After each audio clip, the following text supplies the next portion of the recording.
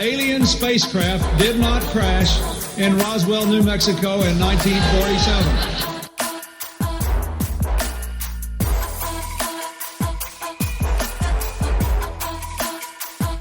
You know flat earthers, I guarantee it. But you don't know who they are because they're afraid of talking about it.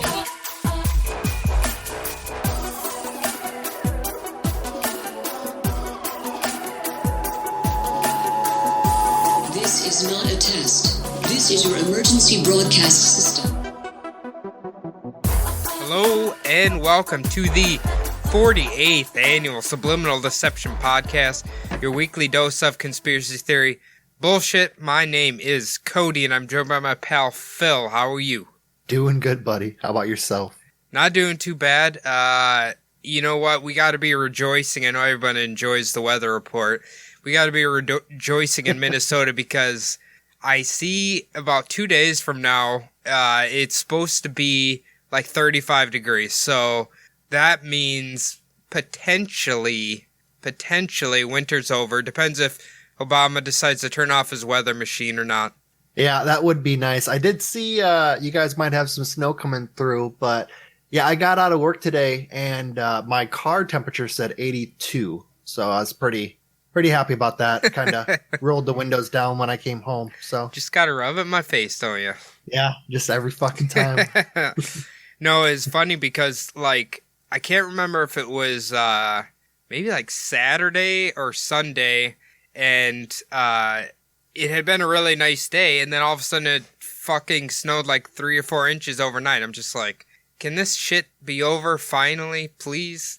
Yeah, that fucking schizophrenic weather. Yeah, I know. I'm ready. I'm ready for it to be gone. It's all I want. So, anything new in your neck of the woods, Phil? No, nothing. I saw an amazing sight. There was a woman who actually put her shopping cart away. And on her way, she grabbed a loose shopping cart, added it to her cart, and put it back in the little receptacle. So it was amazing. Felt like it was a National Geographic, something you never see in real life. Wow, you don't see that too often. Like, that is a genuinely good Samaritan there. More people should take cues from that lady there. That's all I can say. Yeah, she definitely must not have been from Mesa, Arizona, because I don't think anyone like from here actually would do that. So, hey, I should ask you, have you been watching the XFL? I've seen a little bit of it, and I've seen highlights. I watched like a little bit of one game just because I can still remember when that first came out. You know, that show, like... Oh, yeah. I don't know if Vince McMahon can pull it off, but you're a big wrestling fan. Is it like still going downhill or? Well, I mean, the 2001 or whatever version of it was just absolute dog shit. But this version, they've actually got it pretty grounded. So they're not trying to compete with the NFL like they were before. Now it's just kind of like, oh, it's just spring ball, you know? Yeah. Just trying to put the best games on that we can, and that's it, which is nice. They're not going for the theatrics like they did last time. Yeah, I think you were visiting me here in Minnesota when we watched the documentary about it, and like all the clips of like Vince McMahon, and he'd take the players with all these girls in bikinis and stuff, and I'm just like, Jesus, this is not WWE, dude. Like, come on. Oh, yeah. And they had Jesse Ventura commentating for one of the games, and it was golden TV, but some of the shit that he was saying. I'm guessing that's before the alleged CIA's after him or whatever. That was while he was governor of Minnesota. He did that. Really? I guess I had... Well, I was going to say, I don't think I had moved up here yet. Yeah, that was a way long time ago. We were still in high school. Apparently, according to him, the first time that he was ever like confronted by the CIA was when he was elected governor. Apparently, they were trying to figure out like how the hell he did it. And really? He was basically telling them like, I won the election. That's how I won governor, you know? And they like thought he cheated or did something shady. Because he came from out of nowhere to win. I mean, yeah. I don't know. I feel like Minnesota is kind of, I don't want to say like super progressive in that matter, but I think they're more willing to elect somebody a little off the beaten path more than most states would. That's kind of the impression I always get. take a chance on a crazy person. Yeah. Definitely. Anyway, let's get to this week's hot sheets. We are obviously going back to the Weekly World News, possibly the greatest newspaper ever made, in my opinion. This particular issue is from January 20th, 1981. So about, almost 40 years ago at this point. We're going back to Madam Bennett's World of the Unusual. This seems to be my favorite article in the entire magazine. We'll read a few stories here. First one we're going to read here is CIA Mum About Its Psychic Squad. The Central Intelligence Agency has refused to comment on charges that it may have psychics on its staff spying on other governments and gazing into the future. But, remarkably, a CIA document recently made public fueled the claim by the American Citizens for Honesty in the Government, I didn't even know that was a thing, that such a psychic squad exists. That document outlines the establishment of such a branch of ESP experts and stresses the need for tight security about the new espionage superweapon. So what do you feel about that, Phil? Well, first of all, if you're looking for honesty in the government, that's a pretty fucking futile little group you belong to. But I do believe they made a movie, The Men Who Stare at Goats, that was all about that. Really? Yeah, the CIA's Psychic Squad or whatever. I don't know exactly what they were called. I remember I really didn't like that movie. Yeah, it was a little weird.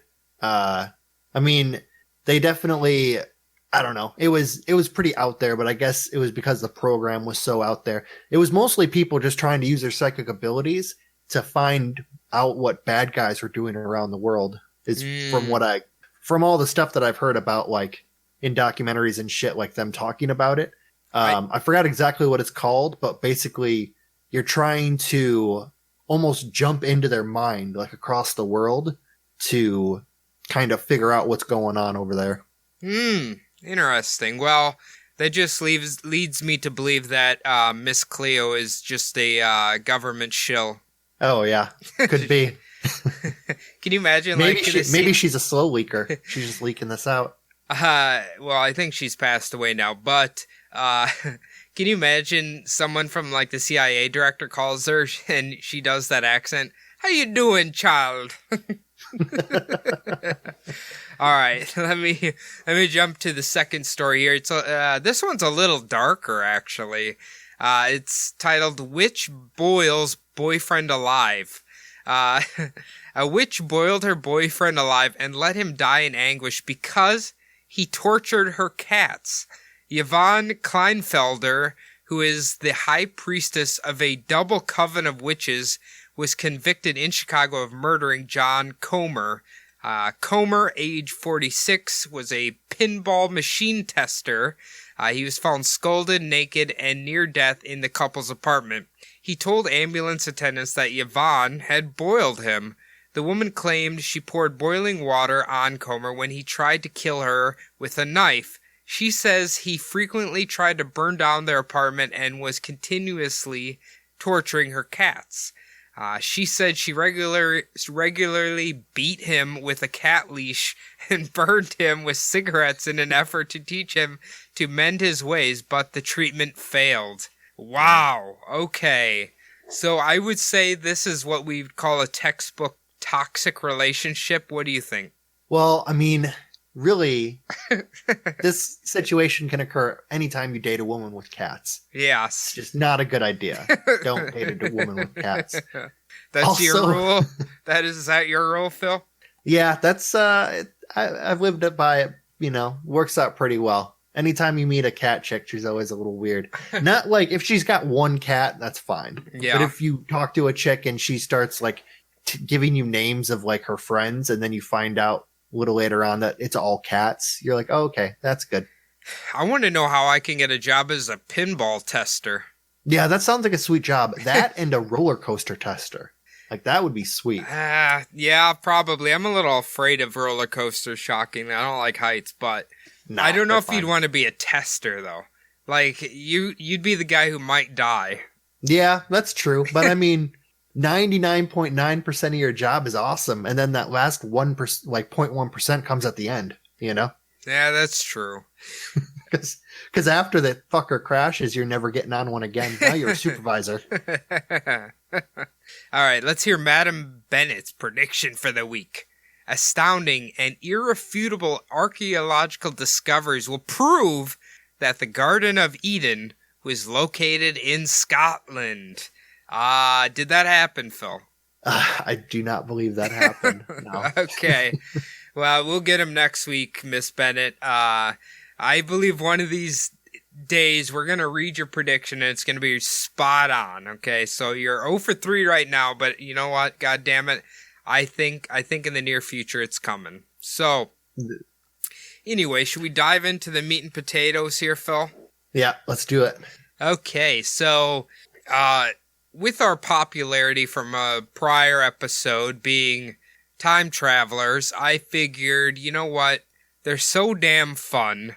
Why don't we dive back in and hear about some more time travelers? Now, we're gonna, once we get through the first two people, we're gonna notice a little pattern. And then we'll discuss that. But we'll start off with Noah the Time Traveler. Have you heard of this gentleman at all? Is he the one who blurs out his face? He makes YouTube videos and tries to make predictions? Yes, I believe so. If you've seen the blurred out face and he's wearing a Minnesota Gophers Minnesota Golden Gophers t-shirt, that's him. Okay, yeah. So, yeah, maybe you've, I don't know if you've heard about all his predictions or whatever, but they're pretty wild. So, Noah first appeared on the YouTube channel Paranormal Elite in November of 2017, claiming that he was from the year 2030. So not that far in the future, you know, he's about 13 years ahead of us, so it's not too bad. Now, if you watch the video, he claims that he's actually 50 years old, okay?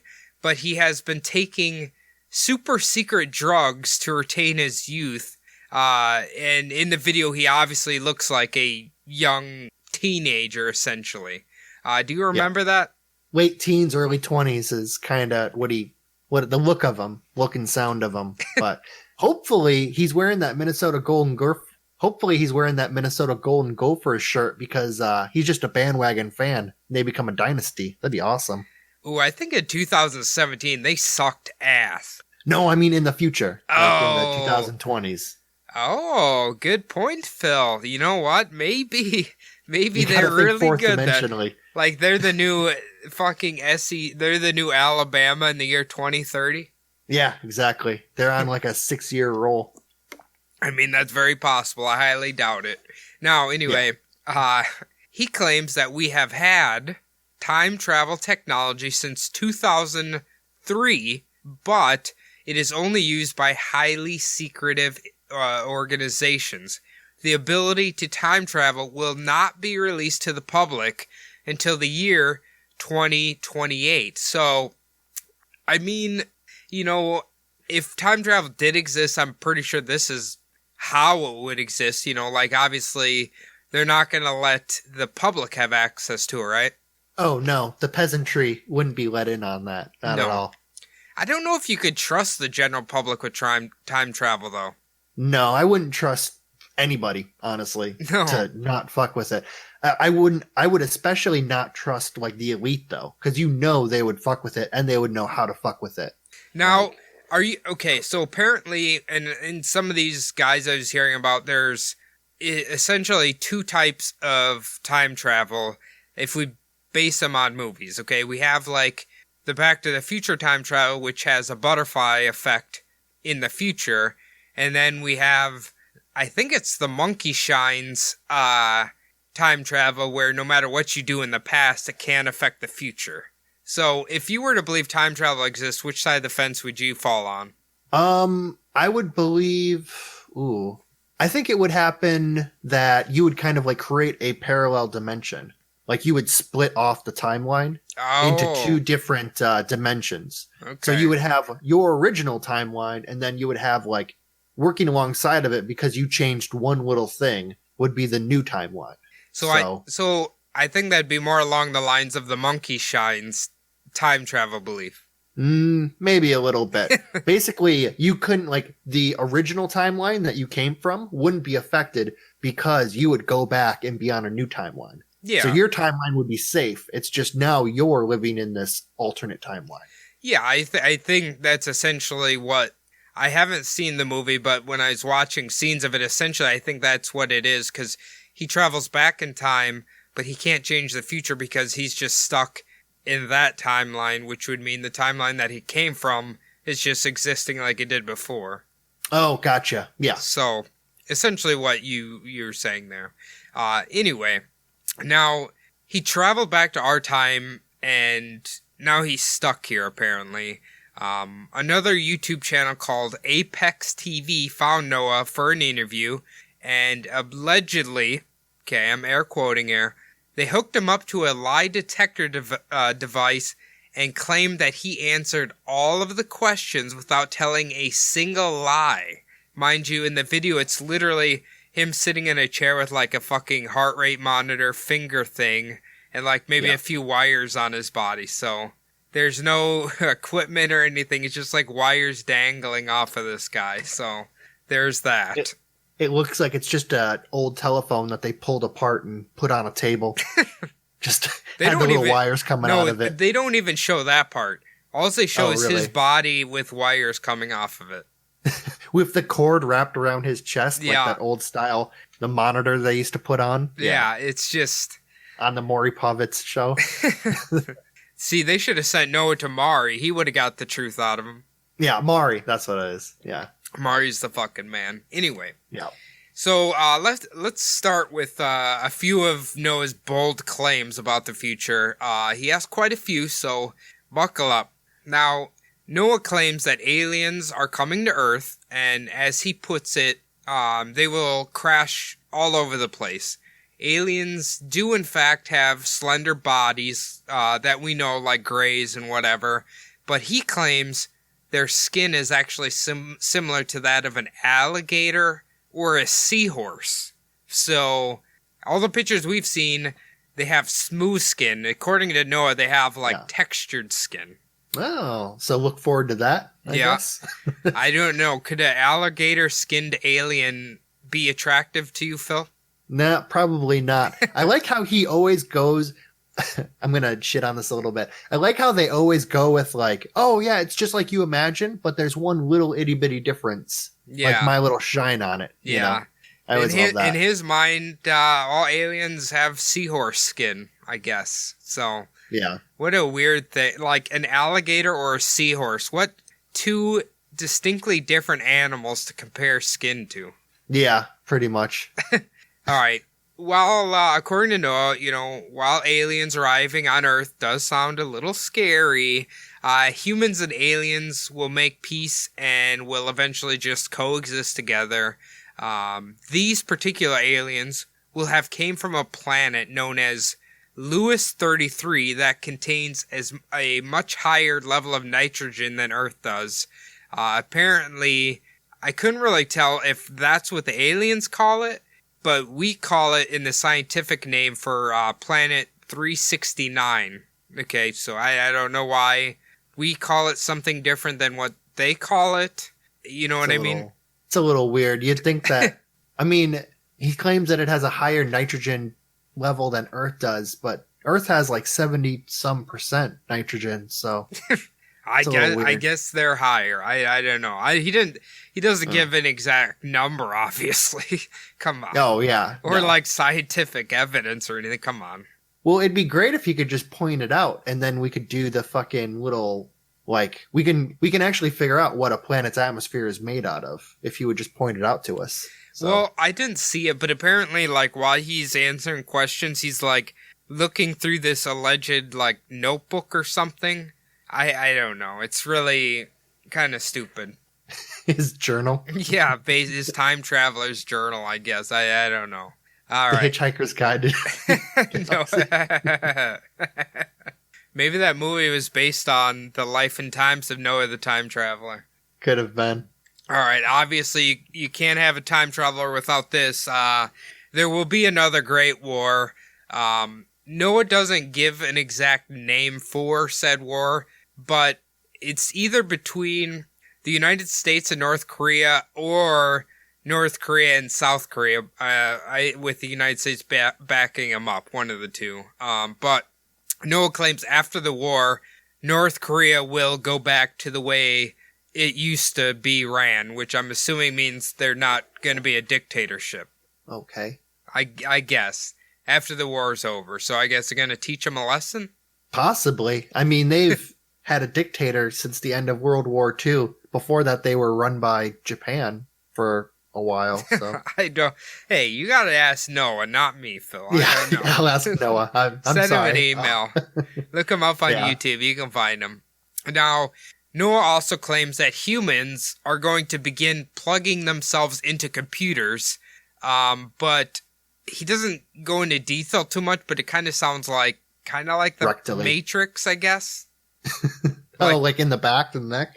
Yeah, like we're going to plug in and like download information and all of that, I guess.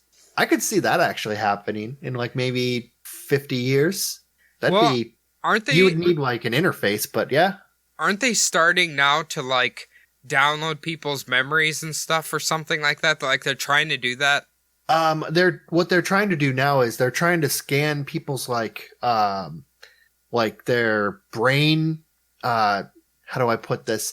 Like, you know how there's like little different like synapses and all of the little like electrical sparks in the brain. So they're trying to like figure out those, and like they'll show you an image of like an apple, and they'll show you an image of a car, and then they'll like measure it so that they can kind of figure out like what this person's thinking by like figuring out kind of like how you dissect language. It's the same way. So I think that's what they're trying to do. They're trying to read Oh. people's mind that way. That's kind of cool, actually. Yeah. All right, so continuing on here. Mapping. That's what it's called. But Oh, yeah. really? Yeah. I was trying to think of the word. I think it's mapping, but yeah. So let me do a quick tangent here. My tattoo artist, last time I was there, I don't know if I talked about this at all, but he claimed he was reading this article that they had figured out a way kind of to like transfer information from one person to another, right? Like Mhm. they had this really, really experienced seasoned pilot, and they mapped out his brain or something, and they hooked it up to people who have never flown before and kind of like transferred the information or memory into the other heads or whatever. And apparently these people like retained, what was it, like 30% of the information from the other man's head or something like that. So That's pretty interesting. yeah, That's he said it was on like a science magazine article or something, but he said he couldn't finish reading it because it's one of those stupid ones where you click on the website and then you have to like pay for it to read the rest of the article. Oh, it's one of those situations like the New York Times where they give you the first 2 or 3 paragraphs and then the paywall jumps up and forces you out. Yeah, basically that's what he made it sound. So he said he didn't finish reading it, but it sounded really cool. I can only imagine we'll start hearing more of that, you know what I mean? Yeah, I thought you were going to say he read it in like the article in a magazine. And I No, was no, thinking no. in my head like, "Oh, you read it in a magazine? Are you sure you didn't just see a YouTube video on it?" Well, Between customers. I guess nowadays websites for magazines, we have to just call it reading it in a magazine, I guess, kind of, right? Pretty much. I mean, you don't really see like people actually buying magazines anymore, unless it's at like the dentist's office or something like that. Those stupid highlights magazines. Oh, from like 1993. Yeah. Yeah. Same ones. All right, now another thing here, along with plugging into computers, Noah claims that you'll be able to put on these like goggles, right? And you can see any event that transpires in either the future or the past. So like you can watch time travel, I guess, if that makes sense. Not even a little. But I mean, it's a cool idea, but I think they actually did it on Rick and Morty episode.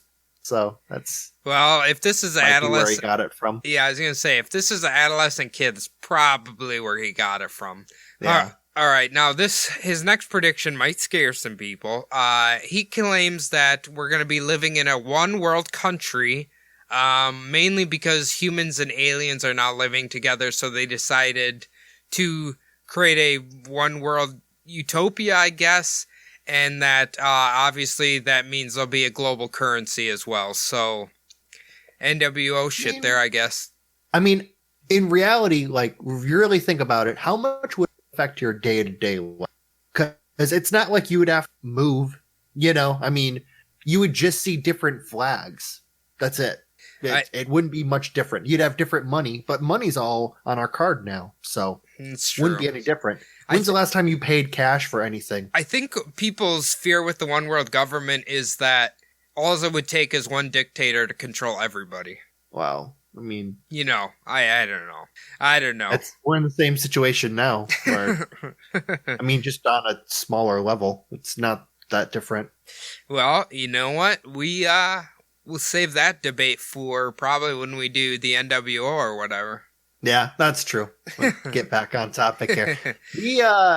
It's always so funny when you see like alien movies and all that, like read it in books or whatnot, sci-fi books. It's every time the aliens invade, like they're always the ones who shoot first, or they're always the ones who like engage first. And it's like, oh, the people would have been peaceful, but these darned aliens, you know, it's like, no, dude, we would have, you know, every time, if you think about it, we would fire the first shot. Like somebody would get trigger happy. Somebody would miscommunicate something, you know? Oh, yeah. Well, you've seen Mars Attacks, right?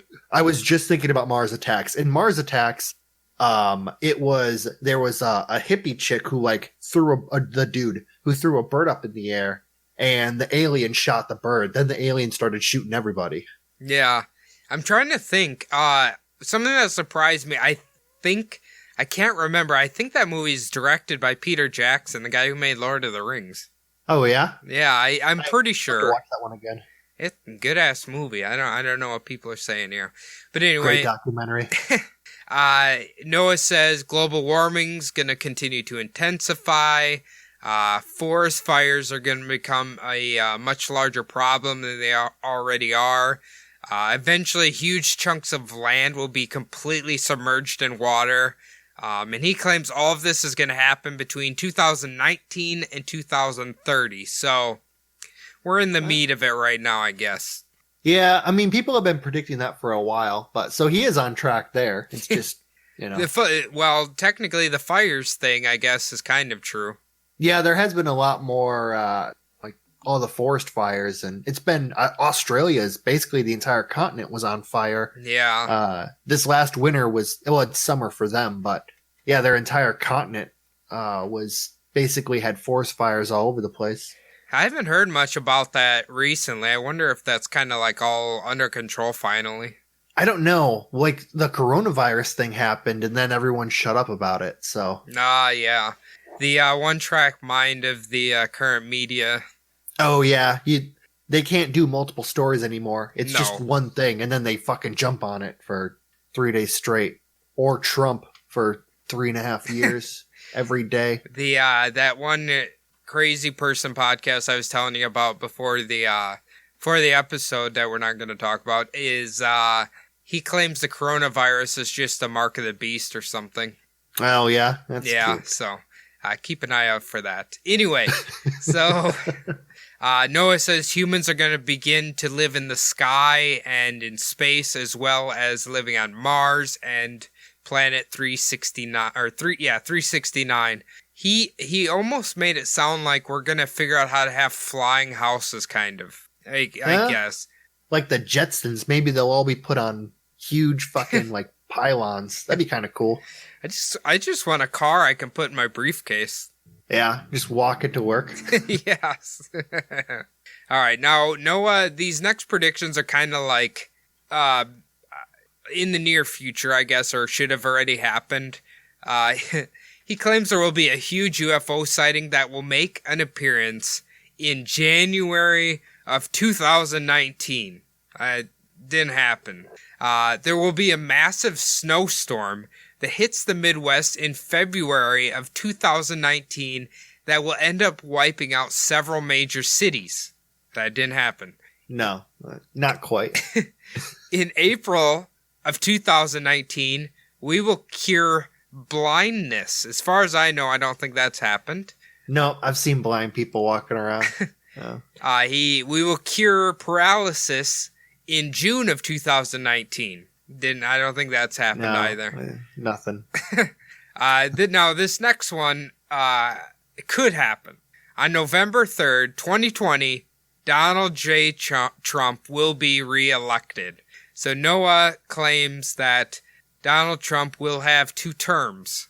So I guess we'll have to revisit that one in 6 months? No, 8 months from now? Yeah, he said that in 2017, right? Yeah. It sounds like he's going for pretty big shock value with a lot of his little predictions. If he gets one right, then you know what?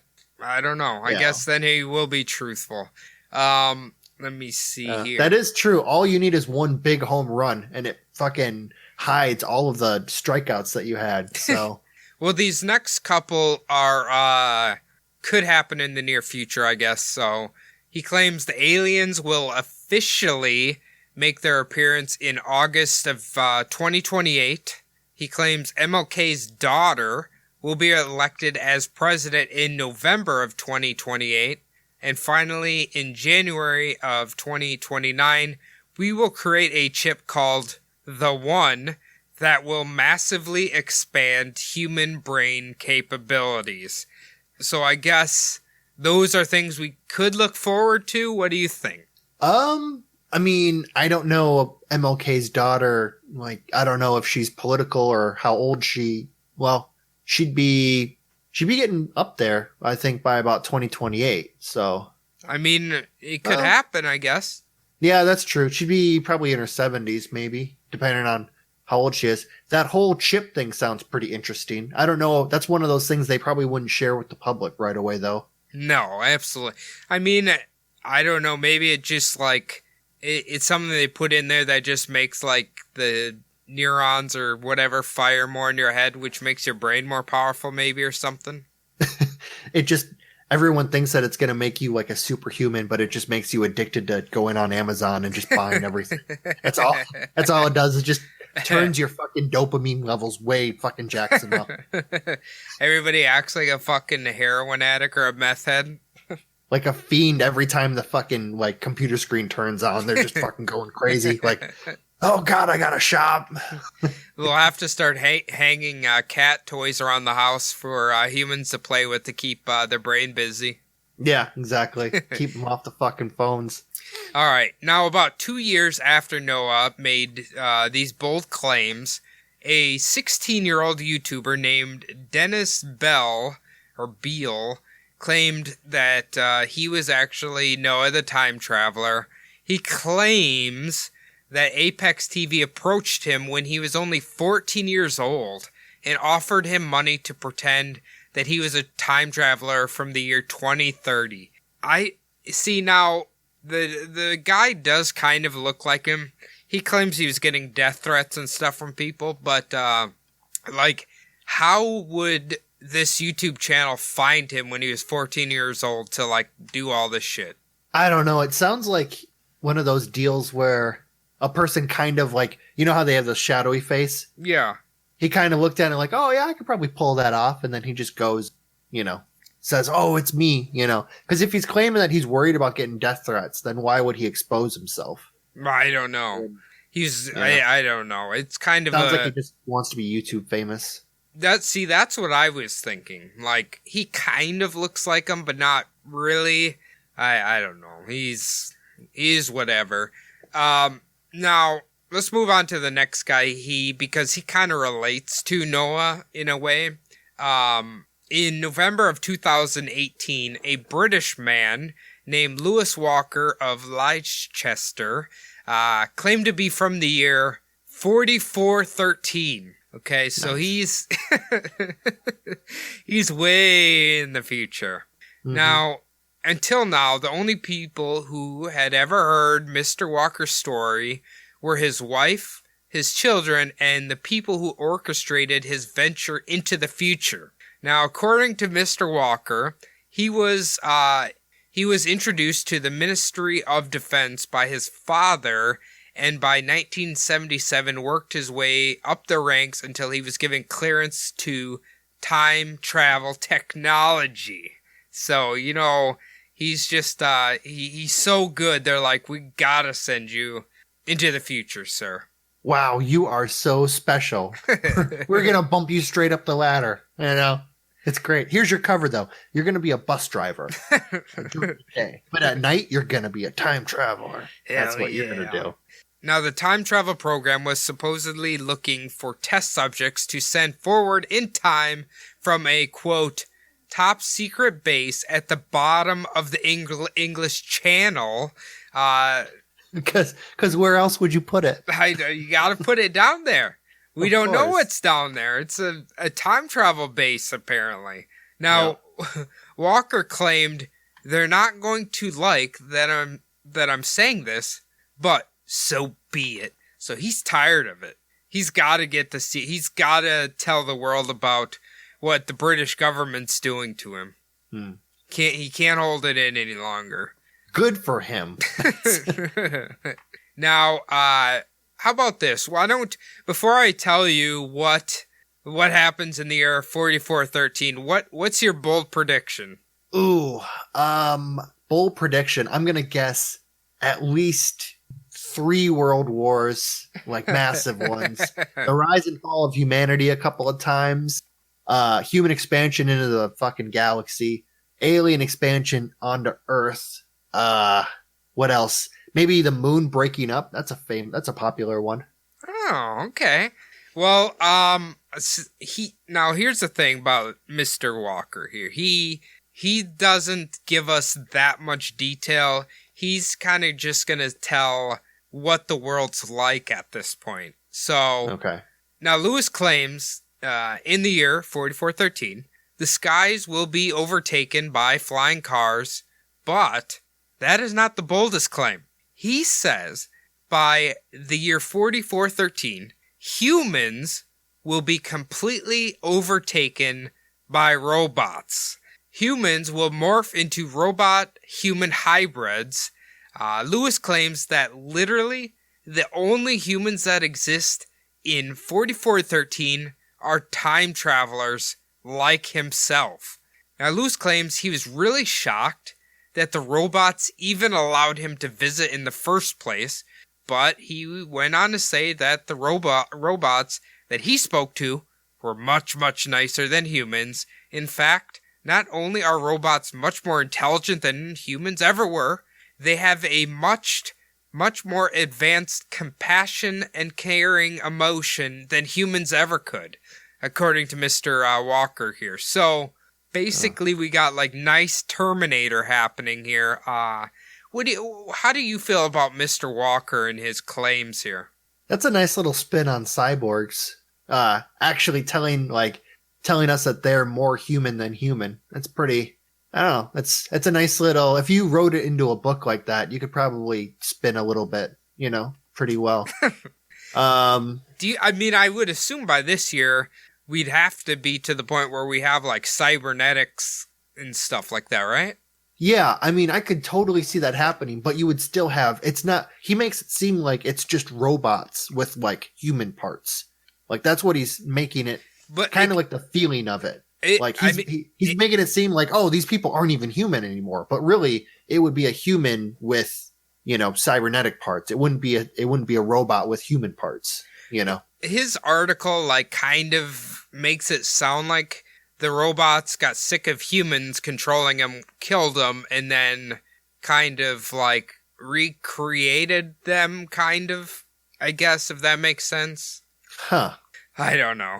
I think he's nuts, but you know what? A little bit. Now, I said he has a connection to Noah the Time Traveler. Now, what links them both together is this alleged time traveler spoke to Apex TV, which is the YouTube channel. So, are you picking up a little bit of a theme here? Yes, I am. So, I think either Apex TV apparently has the largest group of time travelers we've ever seen in our life, or they pay these people to say this stupid shit. I'm going to guess the latter, because I don't think that Apex TV, who I'm just hearing about for the first time, I don't think they're going to be the destination for a stable of time travelers. Hey, I will recommend anybody, you're bored, go ahead and just look it up. Check their channel. Don't click on too much because we don't want them to keep doing this. But it's fun. It's really fun, honestly. Listening to time travelers talk is really fun. Yeah, it is. Well, just to so did this guy have his identity out there, or was he also He was blurry. fuzzy imaged? He was blurred out.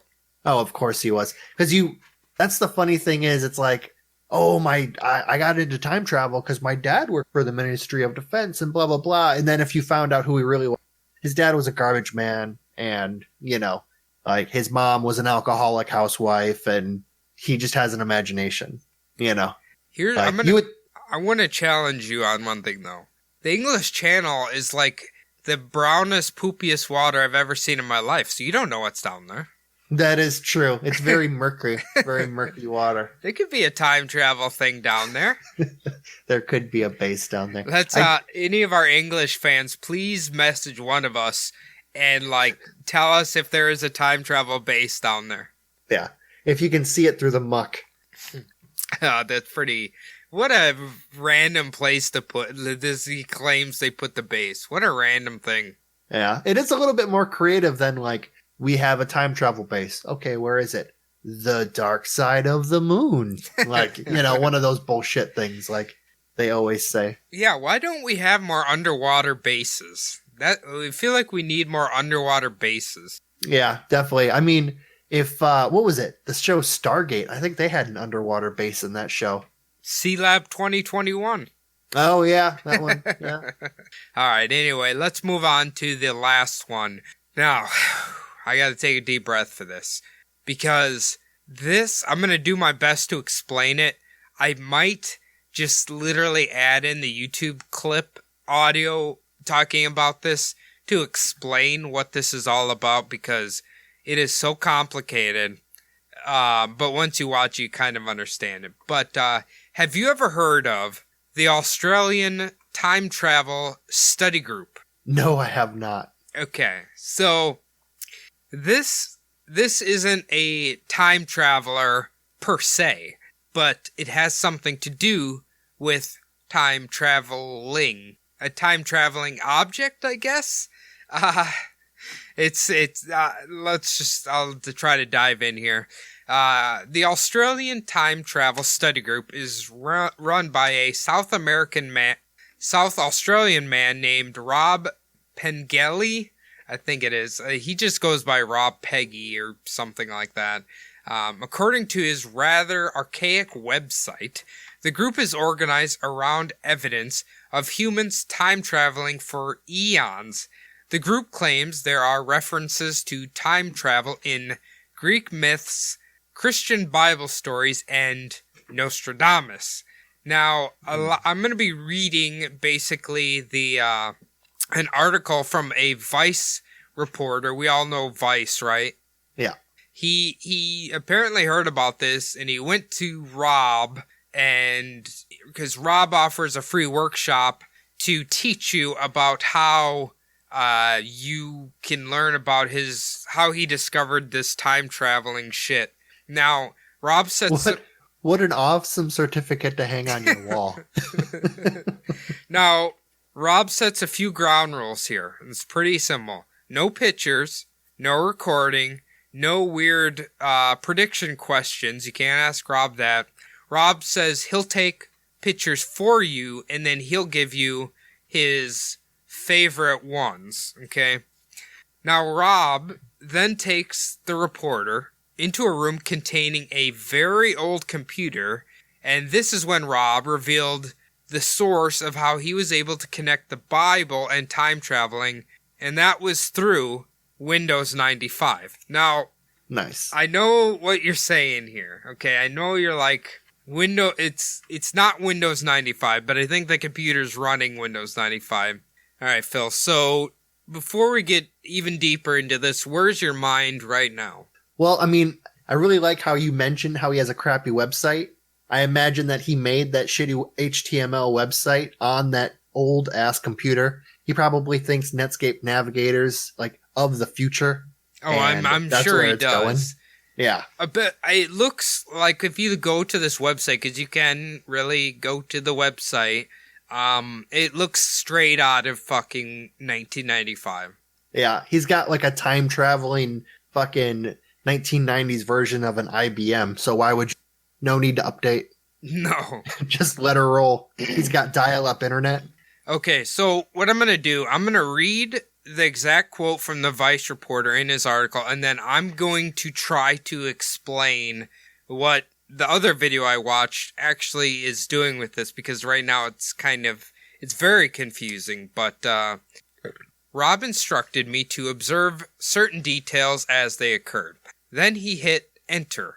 A pixelated intro video explained that Moses described a void and darkness in Genesis 1:2, and then the screen went dark for 3 seconds just as predicted. And then, as I hear calming beach sounds through the computer's built-in speakers, I read that Moses also prophesied the uproar of surging mass of water. Rob asked if I heard the roaring sound of breaking surf. I told him I could. Now, are you following this? He's connecting. It sounds like he ripped this computer out of a library after video, and he thought it was the greatest thing on earth. But you can imagine you can kind of envision what he's doing, right? Like the computer's making a noise, and then he's saying, "Oh, look, Moses talked about the noise." Moses talked about a void and darkness in Genesis 1:2. That meant the black screen on the computer. And then it made a beach sound. So then Moses prophesied the uproar of a surging mass of water, which Moses is talking about. That mass of water is the sound coming from the computer. Do you get it? He realizes how computers work, right? Like someone actually wrote that program and like inserted that audio. But okay, I'm gonna come back to that in the explanation. Okay. Let me finish reading here. It's just like 2 paragraphs. Okay. Rob ticked evidence off his list, and things got weirder. Revelations 5:1 in the New Testament told that an ancient book would be sealed with 7 seals. The number of the 7th seal, it was prophesied, would be 144,000. What could this mean? Rob instructed me to check the size of the file that launched the program. It was 143,442 bytes small. Rob ticked off another item. He was claiming that in Revelations they just round up because they didn't understand what a byte was at that point. Now, after a whole lot more, I decided I'd seen enough. Least I get caught in this web of time-related inferences and never got out. So we stopped, and Rob looked at me expectantly. He asked what time period I'd go back to, and thinking of Midnight in Paris, I said 1920s. He looked at me surprised and told me it would be better to go back to biblical times with technology to impress the locals and to warn of the coming wars. That was about as close as we got to bonding. He told me the session was over. Now, what do you make of this fellow so far, Phil? Yeah, he's oh man, he needs to go. Here's what, like, if he just took you can take some like classes on kind of like mind manipulation and actually getting someone to say biblical times without him asking you, "Oh, what time would you go back to?" And then you say, "Oh, I'd love to see like the changes that came in the 60s." And then he's like, "Maybe you should say biblical times." Like, Oh, if you want me to say that, just say it, Well, I think he wants don't to. ask. I think he wants to go back to biblical times. Oh, well, I thought that he was trying to try to like make a point or get you to see something. So I thought that's what was going on. I think they were like joking around, and Ronald's like, "Why wouldn't you want to go back to biblical times?" Like, it wasn't a great time for people, Robert. I don't know what to tell you. No, it was a horrible time. Like, most people were lucky if they lived into their 40s, like with all of their limbs. Is not.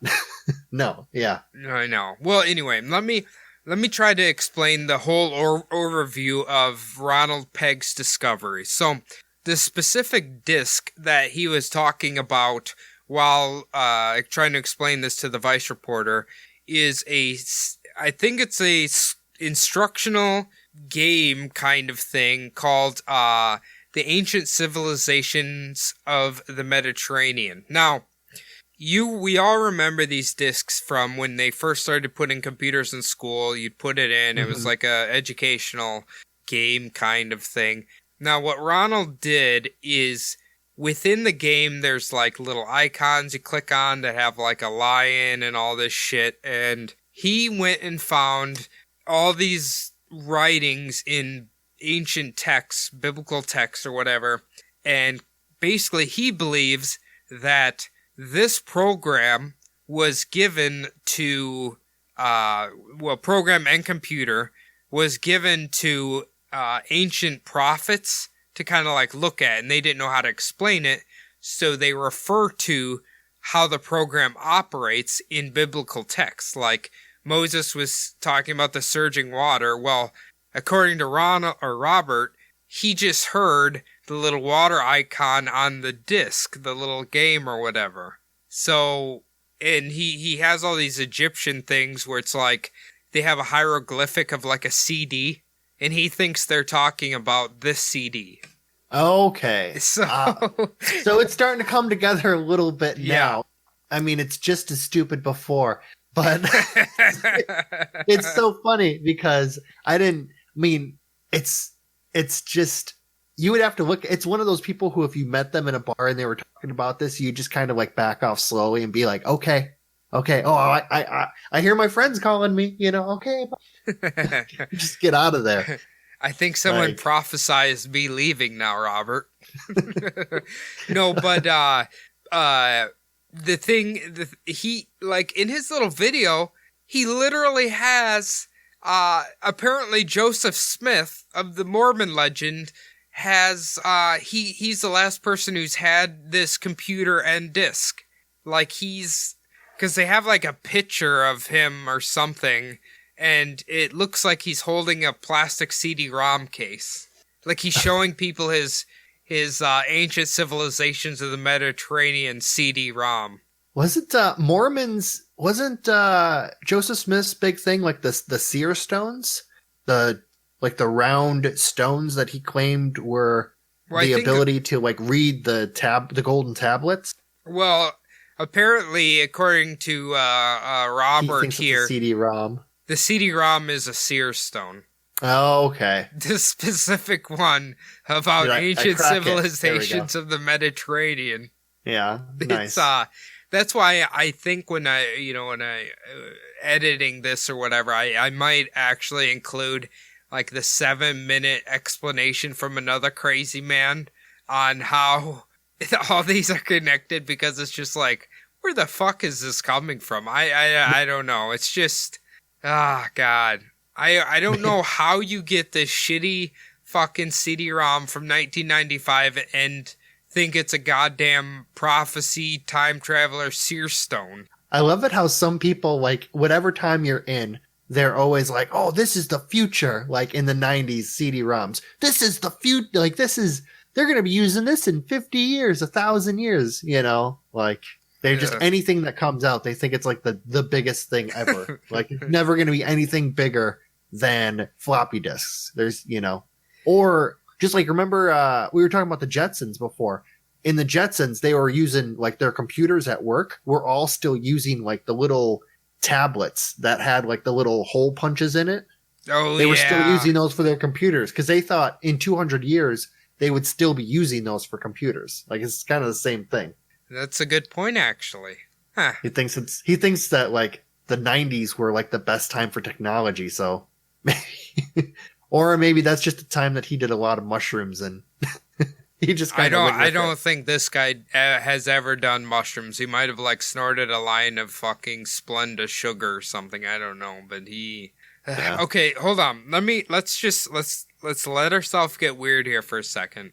So let's say Robert, like this is actually a real thing, right? Let's just hypothetically, who the fuck is giving this to ancient people, and why? Why are they giving it to ancient people? Like, what purpose does a CD-ROM educating them about the ancient civilizations of the Mediterranean? Like, what is that going to help them? If I was the Vice reporter, I would ask the guy, like, okay, so this obviously runs by plugging into an outlet on the wall for electricity. If you take this back in time, what do you plug it into? I would ask that. That's the first thing I would ask. Well, one of those Iraqi batteries. You remember them? They found them? Oh, yeah, the big, they were basically, like, large with a piece of metal inside, and yeah. I think you put what, orange juice in there? Yeah, some kind of, like, there's a catalyst and, like, a electrolysis type situation, but yeah. Anyway, so no, but who is this supposed to be coming from? God? Is that who's given these people the CD-ROM? Did he think that like that was the exact computer and the exact CD-ROM, or did he think that that was the same program? I'm a little fuzzy on that. I don't know. I couldn't tell. I don't know if he has the exact one that's been traveling through time. Like, it kind of sounds like that, but it also just could be he has a copy of it. See, that's what would make more sense if I was talking to the guy and I would ask him, like, is this the exact computer that was taken back, the exact CD-ROM, or is this, like, just the same program? And, like, see what he says in that situation. I mean, but if he claims, like, this is the actual CD-ROM that Joseph Smith is holding, then you're just like, okay, dude, I can't even put the string on the wall with you right now. This is too stupid. Too crazy. If you look at the pictures of it, it kind of looks like it's been surviving for about 4,000 years. Any computer from back in almost 25, 30 years from now or ago, like a lot of those computers look like they've been through hell. It's because they were in a fucking kindergarten class for the past 18 years, most of them. You know what the sad thing is? Like, it's too bad whoever was giving this to ancient people didn't realize that if they just waited maybe, another 10 years, that they would have, like, laptops. They would have, hard drives. You wouldn't even need discs anymore. Like, goddamn, they wouldn't have had to lug around this giant fucking CRT Windows 95 computer. Yeah, but then the 144,000 number wouldn't match up because like a thumb drive has 32 gigabytes. I think like the cheap ones now, 32 gigabytes. Yeah, but that's way more than basically 150,000 bytes. Yeah, exactly. That's like in the billions of bytes. Yeah. Yeah. But the bytes is the size of the program. Oh, it's not the size of the disk, it's the size of the program. Yeah. When you you save the disk or whatever on the computer, that's how much it takes to operate or something. Okay, gotcha. Anyway, it's a great piece of. I'm glad that you finished with it because it's a great piece of bullshit story. I think he might be awesome to dissect. He might be my favorite of all 6 time travelers we've talked about because he is clearly the craziest of all of them. Honestly, it would be if I had a friend like I work with or that I knew who was like bigger into conspiracy than I was and actually believed it. And they tried to pull out their flat earth or their chemtrail shit. And then you pull this bad boy out. It's like fucking trump card. You just fucking slam this shit down on the table and everyone shuts up. You know what, Phil? I think that's a brilliant idea. I think that's a sub-D merchandise idea. We'll make replicas of this copy of the ancient civilizations of the Mediterranean. And we'll just like put our little logo in the corner. And, like, this can be everybody's time-traveling Sears stone. Like, everybody can have one. Yeah, that'd be great. That'd be fucking badass. Like, I'm going to send you a picture of the cover of this thing because it just looks terrible, too. Like, it is such a terrible looking CD-ROM, too, straight out of fucking 1995. I imagine it's just like back in those days, in order to use a computer, I had to go to the library. And then to use those programs, you would have to like basically sign out the CD-ROM from the old librarian chick who had no idea how to fucking run that shit either. No. So, yeah. Maybe that's what this guy, though. maybe Ronald, or I'm sorry, I keep calling him Ronald. Robert stole this from his local library and he's too ashamed to take it back. So he just made up this elaborate story about it.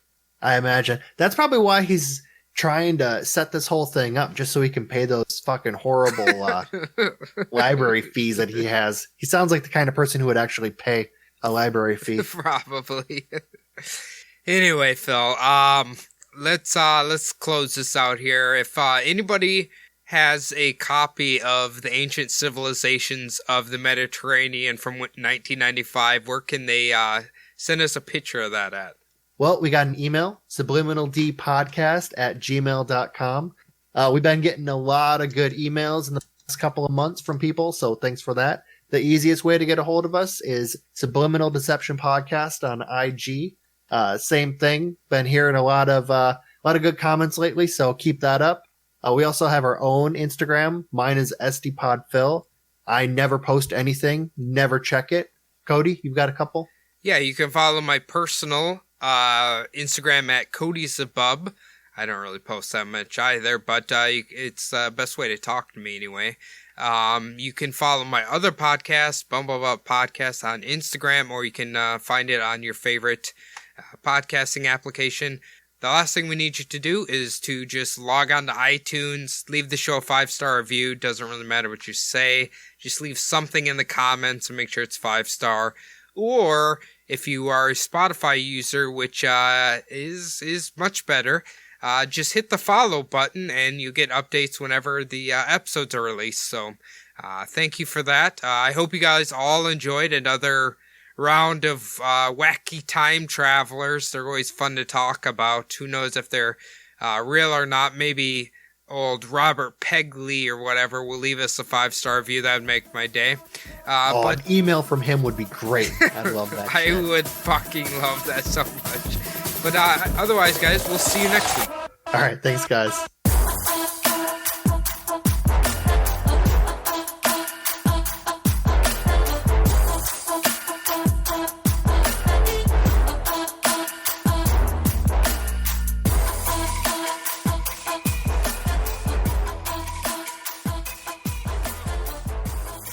Reclusive Queensland researcher Ronald Pegg discovered evidence of at least 7 time travel encounters back in the past.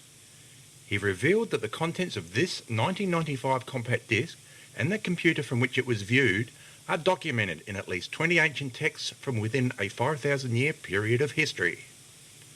Pegg claimed that anyone can compare the descriptions from the ancient stories and texts with the pictures from this CD-ROM and clearly see the connections. He states that this disc was known by various names in the past, such as the Seer Stone, Sun Disc, Philosopher's Stone, and by Nostradamus as the Wheel of Destiny of Nations, and in Sumerian, Akkadian, and Egyptian mythologies as the Tablet of Fate, the Tablet of Destinies, and the Aten. Taking up his challenge, I investigated encounters documented in these various periods. The earliest descriptions were found in Mesopotamian stories from around 3000 BCE.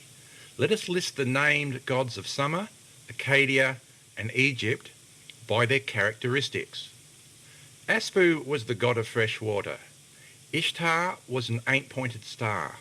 Horus was a falcon. Now compare this list with the sequence of pictures from this CD. Formless waste. Fresh water. Salty sea. Sky. Boat. Sun, 8-pointed star. Breath of wind. Earth. Soaring bird. Cat or lion. Cow or bull. Female. This confirmed Pegg's claim that he had found the source of the ancient god stories. An encounter within the New Kingdom period of Egypt is documented in 4 separate chronicles. The Papyrus of Ani depicts this picture from the CD-ROM, explains that the underside of the disc shines, and shows that the protruding ledge is the saddle for the disc in the side of a box.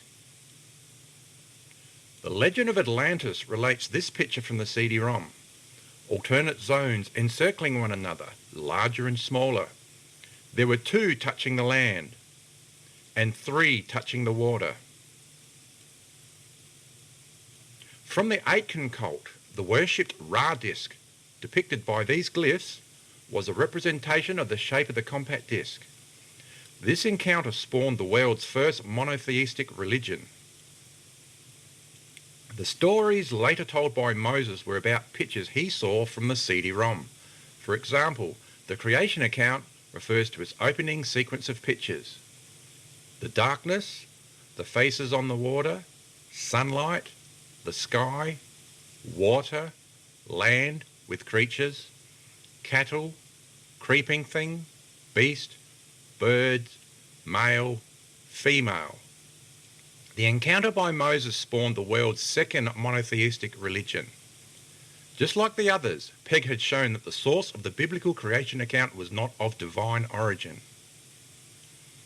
In this old Bible, drawn opposite Genesis chapter 1, clearly evident is the form of a compact disc with the sea and sky picture from the ancient CD-ROM within it.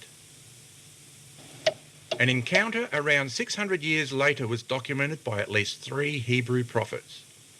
In Jerusalem, Lehi called the Windrose compass the Liona compass and described the round compact disc as being held by 2 spindles.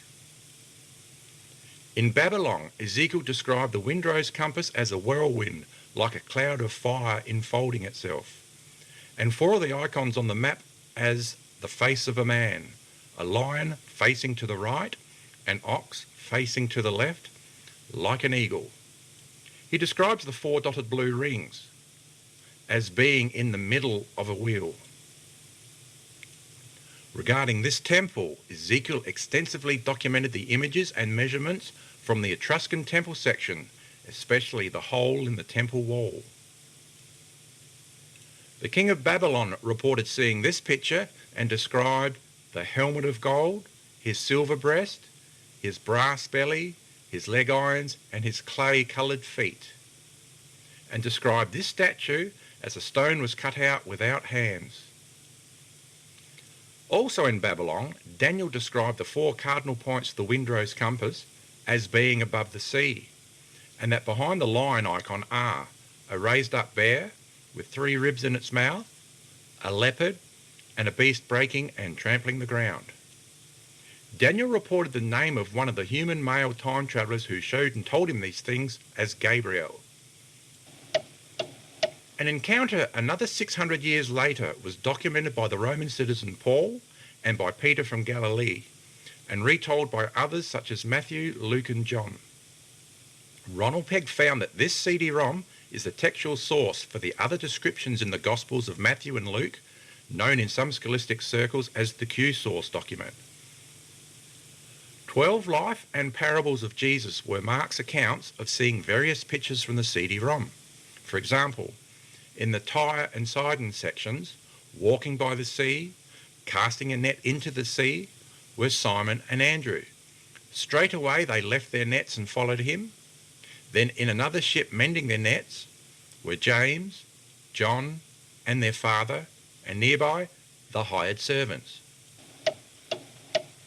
In an encounter by John on Patmos Island with the CD-ROM, he reports it as a book written within and read from the backside, and calls the 7 iconic doorways on the map page 7 seals.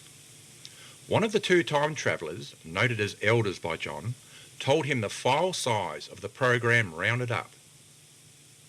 The pictures he saw from the CD-ROM include the sea of glass on the map page, and round about the 4 animal icons, which he names as a lion, a calf, a man, and like a soaring eagle. A specific sequence of pictures include a horse standing on a white light, whose rider had a bow and crown, a red horse, a black horse whose rider is holding scales, and a pale elephant whose rider looks like the Grim Reaper. 500 years later in Arabia, another encounter with the time traveller Gabriel was documented by the Prophet Muhammad. He documents that the white sailboat cursor revealed wonderful pictures, and in reverse order he lists the sea, the sky, a visited icon, and the open book by the mountain. Muhammad then compares the size of the boat seen earlier to the height of the mountain. Nostradamus called this CD-ROM the Wheel of Destiny of Nations and drew this picture where the 8 segments represent the 8 main sections from the ancient CD-ROM. Other future historical events shown and told to him by a time traveller were hidden within the words of his works. The Queen of France described the compact disc and monitor as a magic circle and a magic mirror. An encounter with a time traveller was perceived by witness Joseph Smith to be an angel. Besides the golden plates, other artefacts were given to him by the angel, being a CD-ROM and its plastic jewel case. Plastic had not yet been invented at that time, yet a picture clearly shows Joseph Smith holding a plastic CD case. Ronald Pegg's conclusion: encounters with time travellers showing the ancient CD-ROM is the ultimate source of all mythologies and all religions during this time period on planet Earth. The world-breaking discoveries report, entitled A New Era Begins, contains a definitive summary of 10 years of findings.